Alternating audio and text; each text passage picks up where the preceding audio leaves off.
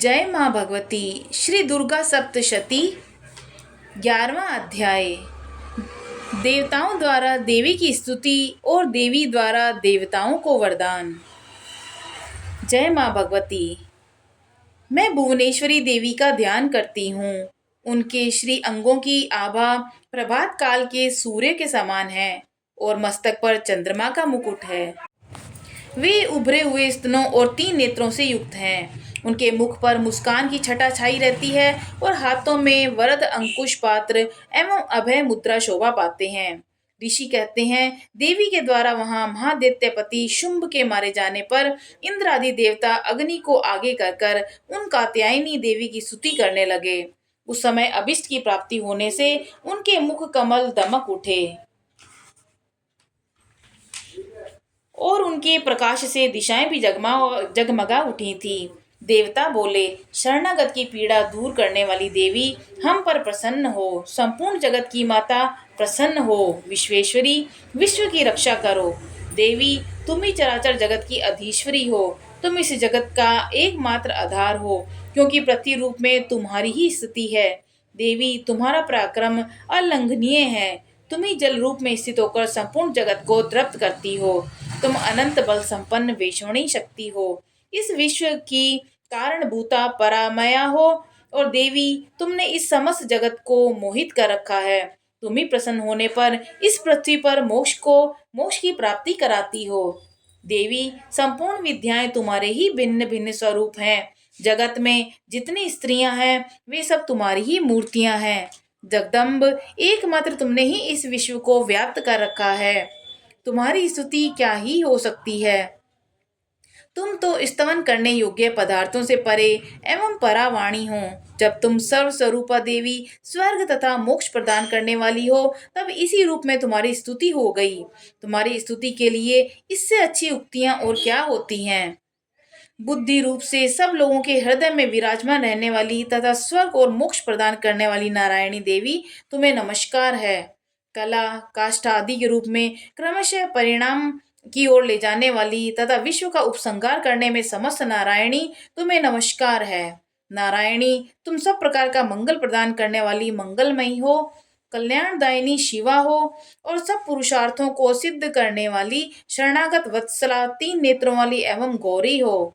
तुम्हें नमस्कार है। तुम सृष्टि पालन और संहार की शक्तिभूता सनातनी देवी, गुणों का आधार तथा सर्वगुणमयी हो। नारायणी, तुम्हें नमस्कार है। शरण में आए हुए दीनों और पीड़ितों की रक्षा में संलग्न रहने वाली हो और सबकी पीड़ा दूर करने वाली नारायणी देवी, तुम्हें नमस्कार है। नारायणी, तुम ब्रह्माणी का रूप धारण करके हंसों से जुते हुए विमान पर बैठती और कुश मिश्रित जल छिड़कती रहती हो। तुम्हें नमस्कार है। माहेश्वरी रूप से त्रिशूल, चंद्रमा और सर्प को धारण करने वाली तथा महान वृषभ की पीठ पर बैठने वाली नारायणी, तुम्हें नमस्कार है। मोरों और मुर्गों से घिरे रहने वाली तथा महाशक्ति धारण करने वाली कौमारी रूप धारिणी निष्पापे नारायणी, तुम्हें नमस्कार है।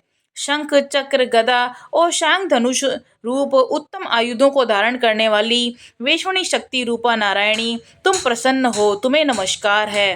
हाथ में भयानक महाचक्र लिए और दाढ़ों पर धरती को उठाए हुए वराही रूप धारिणी कल्याणमयी नारायणी, तुम्हें नमस्कार है।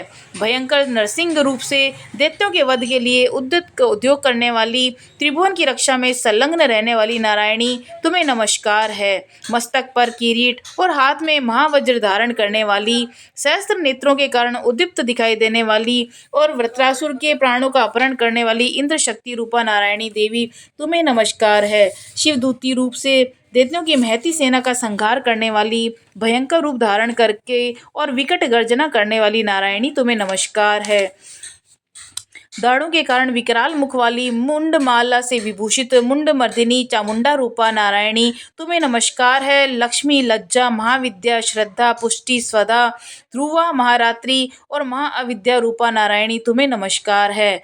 मेघा, सरस्वती, वरा, भूति, भूरे रंग की पार्वती, तामसी, महाकाली, संयम परायणा, सबकी अधीश्वरी रूपिणी नारायणी, तुम्हें नमस्कार है।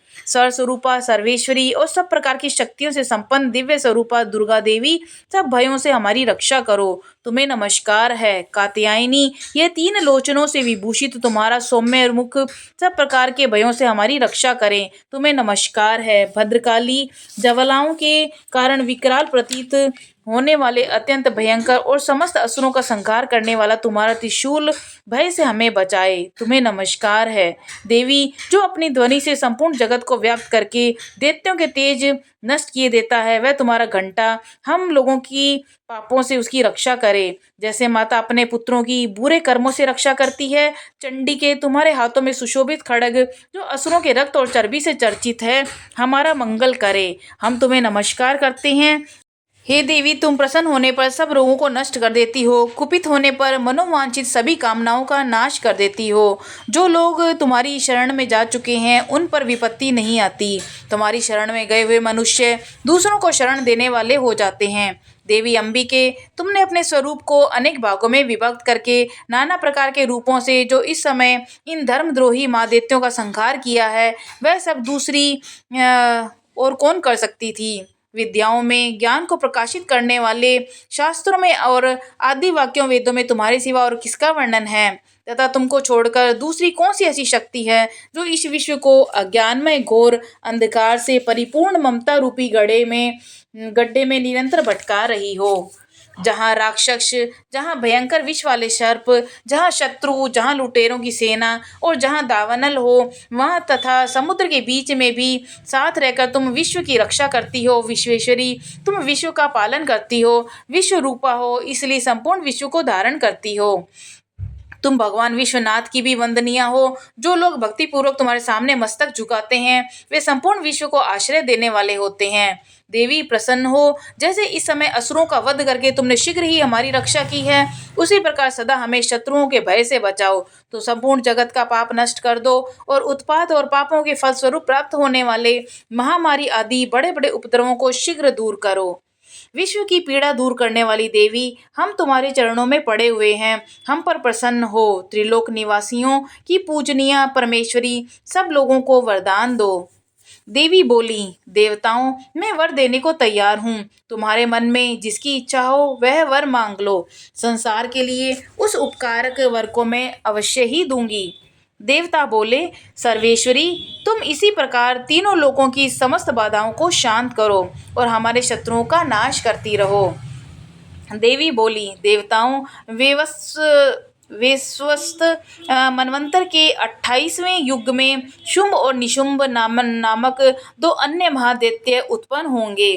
तब मैं नंदगोप के घर में उनकी पत्नी यशोदा के गर्भ से अवतीर्ण हो विंध्याचल में जाकर रहूंगी और उक्त दोनों असुरों का नाश करूंगी। फिर अत्यंत भयंकर रूप से पृथ्वी पर अवतार ले मैं विप्रचित नामक दानवों का वध करूंगी। उन भयंकर महादैत्यों का भक्षण करते समय मेरे दांत अनार के फूल की भांति लाल हो जाएंगे।